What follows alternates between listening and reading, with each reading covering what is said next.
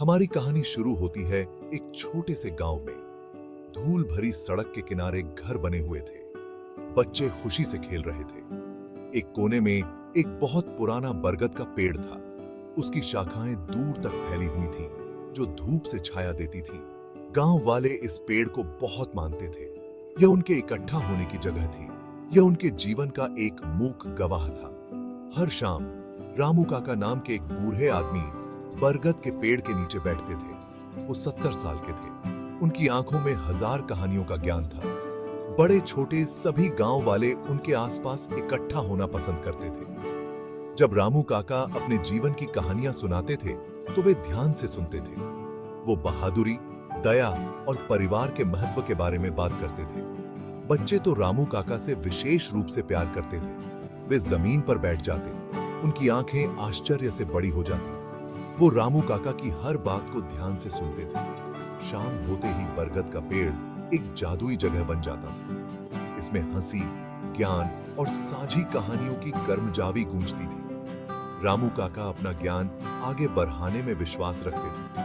वो जानते थे कि कहानियों में सिखाने और प्रेरित करने की शक्ति होती है। बरगद के पेड़ की छाया में उन्होंने शब्दों का ताना बाना बुना।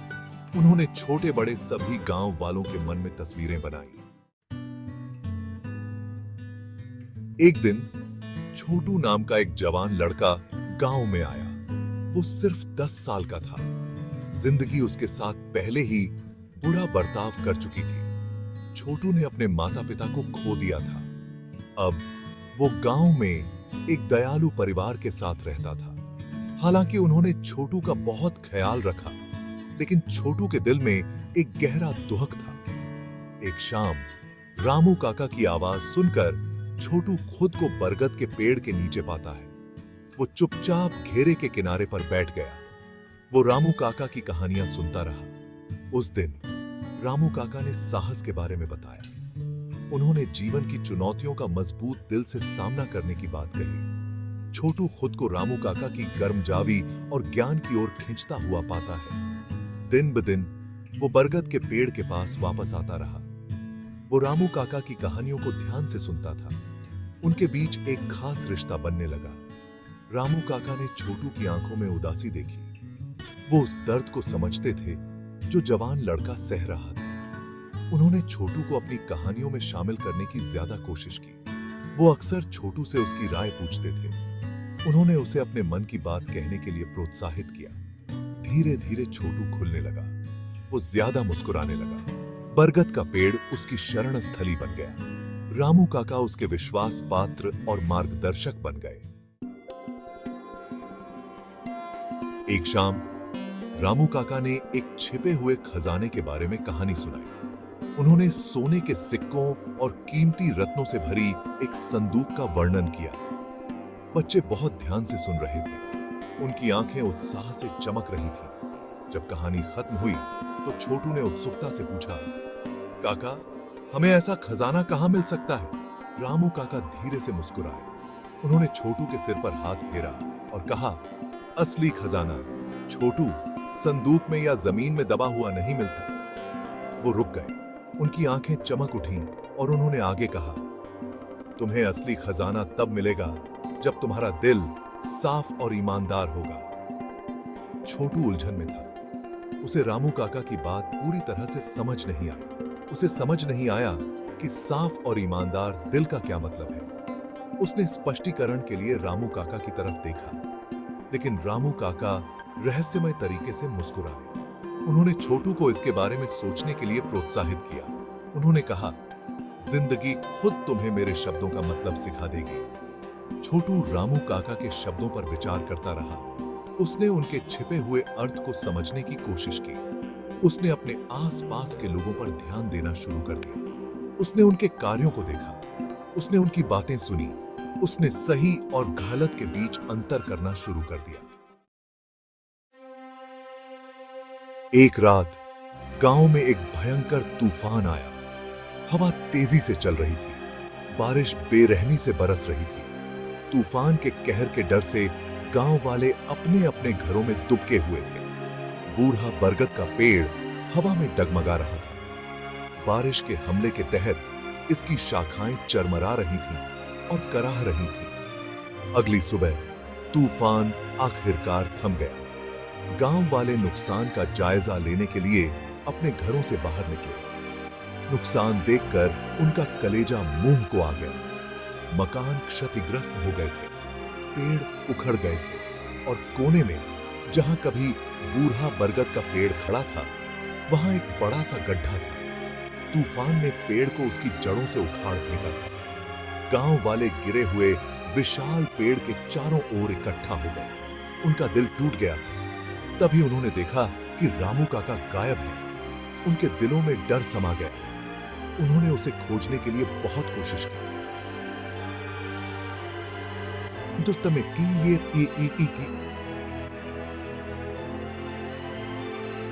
उन्होंने उसे गिरे हुए बरगद के पेड़ के नीचे शांति से लेटा हुआ पाया। तूफान के दौरान उनका निधन हो गया था।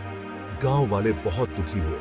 उन्होंने अपने प्यारे कहानीकार के खोने का शोक मनाया। छोटू बेसुध था। उसे विश्वास नहीं हो रहा था कि रामू काका चले गए हैं। उसने अपने भीतर एक गहरा खालीपन महसूस किया। वो घंटों गिरे हुए बरगद के पेड़ के पास बैठा रहा। उसके चेहरे से आंसू बह रहे थे। उसे रामू काका की दयालु आंखें और उनके ज्ञान भरे शब्द याद आ रहे थे। दिन हफ्तों में बदल गए। गांव वालों ने धीरे धीरे अपनी जिंदगी को फिर से बनाने की शुरुआत की। एक दिन छोटू गिरे हुए बरगद के पेड़ के पास का मलबा साफ करने में मदद कर रहा था। जैसे ही उसने एक बड़ी शाखा को हटाया, उसने देखा कि धूप में कुछ चमक रहा है। उसने मिट्टी और पत्तों को हटाया। उसे अपनी आश्चर्यचकित करने के लिए एक छोटा सा लकड़ी का डिब्बा मिला। उसने डिब्बा बाहर निकाला। यह पुराना और धूल भरा था, लेकिन आश्चर्यजनक रूप से मजबूत था। उसने उसे खोला।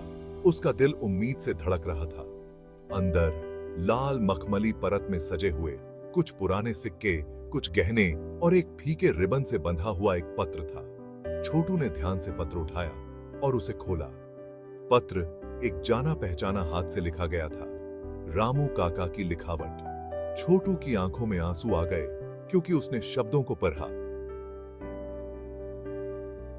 मेरे प्यारे छोटू, अगर तुम्हें यह डिब्बा मिला है तो भाग्य मेरे शब्दों को तुम्हारे पास ले आया है। छिपे हुए खजाने की कहानी याद है? असली खजाना, मेरे प्यारे लड़के, इन सिक्कों या रत्नों में नहीं है, यह तुम्हारे दिल में है। सच्चा खजाना दया, ईमानदारी और प्यार है। इन गुणों को अपने दिल में रखो और तुम हमेशा अमीर रहोगे। पत्र रामू काका के हस्ताक्षर के साथ समाप्त हुआ। छोटू ने पत्र को अपनी छाती से लगा लिया। उसके चेहरे से आंसू बह निकले, लेकिन इस बार वे कृतज्ञता और समझ के आंसू थे। उस दिन से छोटू ने रामू काका के शब्दों द्वारा निर्देशित अपना जीवन जिया। वो समझ गया था कि असली खजाना भौतिक धन नहीं है। उसने खुद को दूसरों की मदद करने के लिए समर्पित कर दिया। वो अपनी दया, ईमानदारी और उदारता के लिए जाने जाते थे। वो बड़ा होकर गांव का एक सम्मानित सदस्य बना। उसने सुनिश्चित किया कि रामू काका की कहानियां जीवित रहें। वो नए लगाए गए बरगद के पेड़ की छाया में बच्चों को इकट्ठा करता था। वो रामू काका की कहानियां सुनाता था। उन्हें याद दिलाता था कि सबसे बड़ा खजाना वो था जो उनके दिल में था। गांव वाले रामू काका को एक बुद्धिमान बूढ़े व्यक्ति के रूप में याद करते थे, जिन्होंने उन्हें जीवन के बहुमूल्य सबक सिखाए थे। और इस तरह रामू काका की विरासत और सच्चे खजाने की कहानी पीढ़ी दर पीढ़ी चली आ रही है। बूढ़ा बरगद का पेड़ भले ही चला गया हो, लेकिन उसकी आत्मा गांव वालों के दिलों में और उनके द्वारा साझा की जाने वाली कहानियों में जीवित रही। रामू काका ने उन्हें दिखाया था कि सबसे कीमती खजाने भौतिक संपत्ति नहीं है, बल्कि वे गुण हैं जो एक इंसान को अच्छा इंसान बनाते हैं।